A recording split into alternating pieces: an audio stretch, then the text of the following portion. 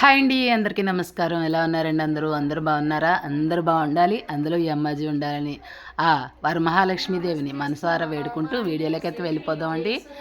ఇది వచ్చేసి మొదటి శ్రావణ శుక్రవారం రోజున మమ్మల్ని లలితా పారాయణమునికి పిలిచారన్నమాట అండి. మేము మా తోటికోడళ్ళు ముగ్గురు, మా చుట్టుపక్కల ఇంకా పిల్లలు కుదిరిన వాళ్ళందరూ వస్తారండి.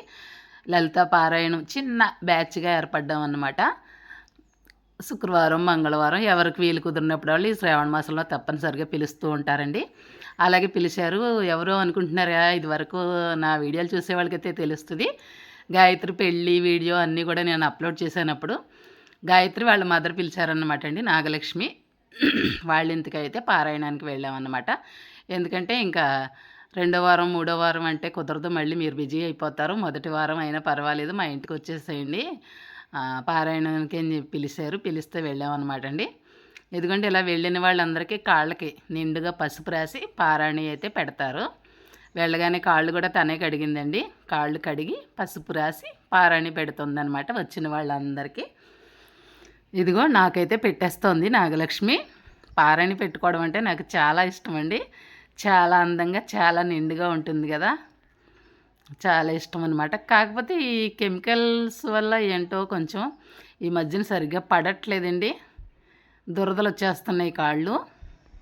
అయినా సరే పెట్టుకోవడం అయితే మానలేండి, పెట్టేసుకుంటాను. అదిగా తనే పెడుతోంది.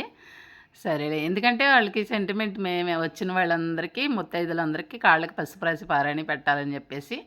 లేదు నేను పెట్టుకుంటానన్నా సరే, లేదక్క నేనే పెడతాను అని చెప్పేసి తనే పెడుతుంది. సరే నీ ఇష్టమని తనతోనే పెట్టించుకున్నాను అనమాట. ఇదండి పారాయణ వృత్తాంతం. శ్రావణ మాసం అంటేనే ముత్తైదులందరికీ ఇలాగా అలంకరణలు, పారాయణలు, పసుపు, పారాయణ, పూజలు, అలంకరణలు, లలిత పారాయణాలు, సందడిగా ఉంటుంది కదండి. ముత్తైదులందరికీ కూడా చాలా సంతోషకరమైన మాసం. ఆడవాళ్ళకి ఎప్పుడెప్పుడు వస్తుందా అని ఎదురు చూసే మాసం అన్నమాట. నిజం చెప్పాలంటే ప్రస్తుతం అయితే ఎంత ఎదురు చూసామో అంతలా బాగానే వచ్చింది కదండి శ్రావణ మాసం. కానీ ఈ ఇయర్ పాపం చాలామంది హెల్త్ ఇష్యూల వల్ల బాధపడుతున్నారండి. అందరికీ ఫేవర్స్ అని ఎక్కడ చూసినా అదే వింటున్నాం. అదే కొంచెం బాధాకరంగా ఉంది. ఆల్రెడీ నాకు కూడా ఫీవర్ వచ్చి తగ్గింది. ఆ నీరసం అయితే ఇంకా తగ్గట్లేదు అనుకోండి, అది వేరే విషయం. ఇదిగోండి నాకైతే ఇలా పారాయణ పెట్టింది తను. పెట్టేసుకుని నేనైతే పక్కన కూర్చున్నాను. ఇంకా మా తోటికోడళ్ళకి, ఇంకా మిగతా వచ్చిన వాళ్ళందరికీ కూడా కాళ్ళకి పసుపు రాసి పారాయణ అయితే పెడుతుందన్నమాట. అదిగోండి అమ్మాజీ గారు ఎలా ఉందో చూసారు కదా, తెలిసిపోతుంది కదా నీరసం పడ్డ మొహం.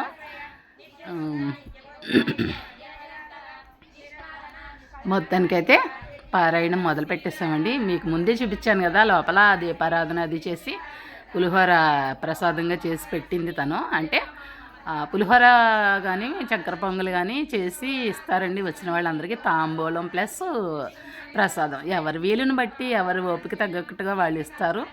ముఖ్యంగా అయితే పులిహోరని ఎక్కువ ఇస్తారండి. దానికోసం పులిహోర చేసింది ముందు, అది అందులో కొంచెం అమ్మవారి దగ్గర పెట్టింది కదా, పెట్టి దీపారాధన చేసిన తర్వాత మేమందరం ఇలా లలిత పారాయణాన్ని అయితే మొదలు పెట్టామన్నమాట. చూసేయండి ఎలా ఉందండి.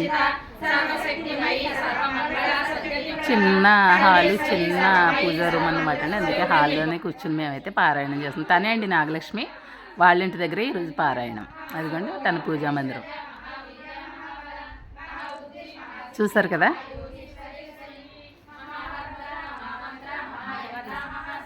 పారాయణం అంటే ఎలాగన్నా 1 అవర్ ఖచ్చితంగా ఉంటుందండి. లలిత పూర్తిగా చదివేసరికి 1 అవర్ పట్టుద్ది. ఆ తర్వాత మన ఇష్టం, ఇంకా ఏవైనా శ్లోకాలు కానీ, అష్టలక్ష్మి స్తోత్రం, మహాలక్ష్మి అష్టకం, ఇలా లలిత చాలీసా మన ఇష్టం అండి. ఇంకా గోవిందనామాలు ఇవన్నీ కూడా ఒకటి చేసుకుంటూ కూర్చుంటే టైంను బట్టి వచ్చిన వాళ్ళు వెసట్లు పట్టుని బట్టి ఎంతసేపు అయినా చేసుకోవచ్చు అనమాట అండి. కాకపోతే ఇక్కడ ఎలా అవుతుందంటే అందరూ కలిసి వెళ్తాం కానీ ఒక్కొక్కరికి ఇంటి దగ్గర పని ఉందనో అలానో ఎలానో కొంచెం తొందర పెడుతూ ఉంటారు. అలాగే ఒక్కొక్కసారి తొందరగా ముగించేయాల్సి వస్తుంది అన్నమాట. నిజానికి ఆ రోజైతే నాకు కూడా గొంతు అసలు బాగాలేదండి. గొంతు అసలు సరిగ్గా రాలేదు. పాటలు ఏమన్నా పాడదామన్నా కూడా, అయినా ఏదో కష్టపడి పాడేశానులేండి. పాపం నాగలక్ష్మిని కొంచెం హాట్ వాటర్ ఇవ్వమ్మంటే తనే హాట్ వాటర్ పెట్టించింది నాకు. పక్కన పెట్టుకొని కొంచెం నీళ్లు తాగుతూ మొత్తానికైతే పారాయణం ముగించాను. ఆ రోజు శుక్రవారం రోజు ఏంటో ఎలా వచ్చేస్తుందో తెలియదండి. అమ్మవారు నాకైతే ఆ ఓపికనిచ్చేస్తారు. ఆ రోజైతే ఆ ముందు రోజు కూడా లేవలేదు, నేను అస్సలు లేవలేదు. అలాంటిది శుక్రవారం రోజు కష్టపడిపోయి ఎలాగోలా లేచిపోయాను. పొద్దున్నే ఏదో కొద్దిగా కొబ్బరికాయ అరటిపళ్ళు పెట్టుకుని పూజ చేసేసుకున్నాను. ఇలా పారాయణానికి కూడా వెళ్ళి వచ్చేసానన్నమాట అండి. మళ్ళీ నెక్స్ట్ డే మామూలే, మళ్ళీ మంచం రా రా రా అని పిలుస్తుంది.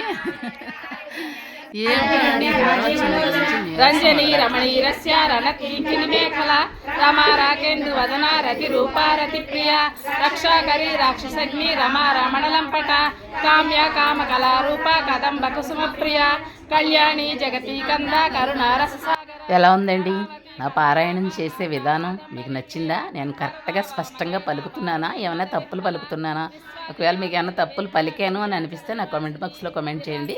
వీడియోని ఇంకా లైక్ చేయకుండా ఉండుంటే ప్లీజ్ ఒక లైక్ అయితే చేసేయండి అమ్మ. వరమహాలక్ష్మి అమ్మవారికి ఓం శ్రీమాత్రే నమః అని చెప్పేసి కామెంట్ కూడా చేయండి. ఒక లైక్ అయితే చేసేయండి. మీ లైక్ నాకు ఎంతో సపోర్ట్గా ఉంటుందన్నమాట. అదిగోండి, మేమైతే నేను మా తోటికోడళ్ళు చెప్పాను కదండి, మా చుట్టుపక్కల పిల్లలు కూడా వస్తారు. అదే ఎవరు వీలుని బట్టండి, అందరికీ కుదరదు కదా, కుదిరిన వాళ్ళు వస్తూ ఉంటారు. మ్యాక్సిమం 5 మెంబర్స్ వెళ్తామండి. అక్కడ కూడా వెళ్ళిన తర్వాత ఇంకా కొంతమంది, అంటే అందరికీ చదవడం వస్తుంది కదండి, కొంతమంది జాయిన్ అవుతూ ఉంటారన్నమాట. మేమైతే ఇక్కడ నుంచి 5 మెంబర్సే వెళ్తాం. మా తోటికోడలు ముగ్గురు, ఇదిగోండి నా పక్కన కూర్చుంది కదా, తను వచ్చి దేవి. ఆ తులసి పక్కన కూర్చుని చదువుతుంది, ఆ అమ్మాయి పేరు కూడా దేవి. ఇంకో అమ్మాయి ఇటు సైడ్ మా చిన్న తోటికోడల పక్కన కూర్చున్న అమ్మాయి అయితే వరలక్ష్మి అండి.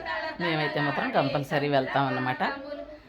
ఈ శ్రావణ మాసం అంటే శుక్రవారం మంగళవారం ఎవరో ఒకరు అలా పిలుస్తూనే ఉంటారు, వెళ్తామన్నమాట. నాకైతే చాలా ఇష్టం అండి లలిత పారాయణం చేయడం అంటే.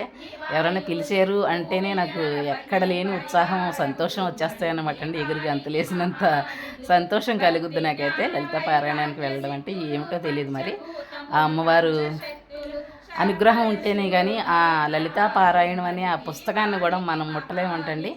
ఆ అమ్మ, ఆ తల్లి, ఆ జగన్మాత, ఆ లలితమ్మ నాకైతే ఆ అవకాశాన్ని కల్పించారు. చాలా సంతోషం అన్నమాట. మ్యాక్సిమం ఏదైనా ఒక నోరు తిరగకపోతే ఏమో కానీ తప్పులైతే పలకనండి. చాలా స్పష్టంగా అయితే నేను నేర్చుకున్నాను నేను. కాకపోతే ఎక్కడికి వెళ్ళి నేర్చుకోలేదనుకోండి, టీవీలో శుక్రవారం మంగళవారం మనకి ఈవినింగ్ వస్తుంది కదండి లలిత పారాయణ, అది పెట్టుకొని బుక్ దగ్గర పెట్టుకొని ఎక్కడ ఏమైనా తప్పులు పలుకుతున్నానా కరెక్ట్గా పలుకుతున్నానా అన్నది నేను చాలా స్పష్టంగా అయితే నేర్చుకున్నాను అన్నమాట అండి. ఇవి వచ్చేసి గాయత్రి పెళ్ళి ఈ సంవత్సరమే కదండి అయింది. ఆషాఢం వెళ్ళి శ్రావణ మాసంలో అల్లుడు వస్తారు కదా, వచ్చేటప్పుడు గాయత్రి కోసం తీసుకొచ్చిన గోల్డ్ అన్నమాట అండి. ఇది తాడు, శతమణాలు, 2 రూపులు వాళ్ళ అత్తయ్య గారు అయితే గాయత్రి కోసం పంపించారనమాట అండి. మొత్తం వచ్చి 4 కాసులున్నర బంగారం అంటండి. ఇది బాగానే పెట్టారండి, చాలా హ్యాపీగా అనిపించింది. వీటితో పాటే వాళ్ళ అమ్మకి గాయత్రికి బట్టలు, జాకెట్ ముక్కలు అన్నీ పెట్టారండి, బాగానే పెట్టారు. చాలా సంతోషంగా అనిపించింది నాకైతే. ఇది వచ్చి గాయత్రి వాళ్ళ పిన్ని అంటే నాగలక్ష్మి తోటికోళ్ళు దేవి నా పక్కన కూర్చుని పారాయణం చేసింది కదండి. దేవి 2వ వారం తనకి కుదరదంటండి, డేట్ టైం అంట. అందుకని మొదటి వారమే ఇలాగ వరలక్ష్మి వ్రతాన్ని అయితే చేసేసుకుంది తను. అక్క మా ఇంటికి రండి, మా అమ్మవారిని కూడా చూడండి అని పిలిస్తే వెళ్ళి తాంబూలం తీసుకోవడానికి అయితే వెళ్ళామన్నమాట అండి. ఇదిగోండి తను వరలక్ష్మి వ్రతానికి చేసుకున్న పలహారాలు. ఎవరి ఓపిక వాళ్ళదండి, ఎవరిష్టం వాళ్ళది. చాలా ఓపికగానే చేసుకుంది. గారెలు, బూర్లు, కుడుములు, పరమాన్నం, ఆరిది, కేసరి అండ్ అరిసెలు, ముఖ్యంగా శనగలు. వరలక్ష్మి వ్రతం అంటేనే ముఖ్యంగా శనగలు పెడతారండి. మా అమ్మగారు అయితే శనగలే ఎక్కువ, అంటే 11 రకాల వంటలు చేసేవారండి ఆవిడ. శనగలు కూడా ఎక్కువ, శనగలు ఒక అరటికాయల, మాకు అరటి తోటలు ఉండేవి, అరటికాయలు తెప్పించుకొని ముగ్గేసుకొని అరటిపళ్ళు, శనగలు సేరడు అంటే మన చేత్తో తీస్తే ఎన్ని శనగలు వస్తాయి అన్ని సేరడు శనగలు పట్టి ఆవిడ తాంబూలం ఇచ్చేవారన్నమాట అండి. ఇప్పుడైతే ఆ శనగల స్థానంలో రకరకాలన్నీ వచ్చినాయిలేండి ఇప్పుడు. అప్పుడైతే సేరడు శనగలు, 2 అరటిపళ్ళు, 2 తమలపాకులు, 2 వక్కలు, చిల్లర డబ్బులు, ఎంత కొంత చిల్లర డబ్బులు దక్షిణ వేసి అవకాశం ఉంటే జాకెట్ బట్ట అలా ఇచ్చేవారన్నమాట అండి. ఇదండి వరలక్ష్మి వ్రతం యొక్క వృత్తాంతం. నచ్చిందండి? నచ్చితే లైక్ చేయండి.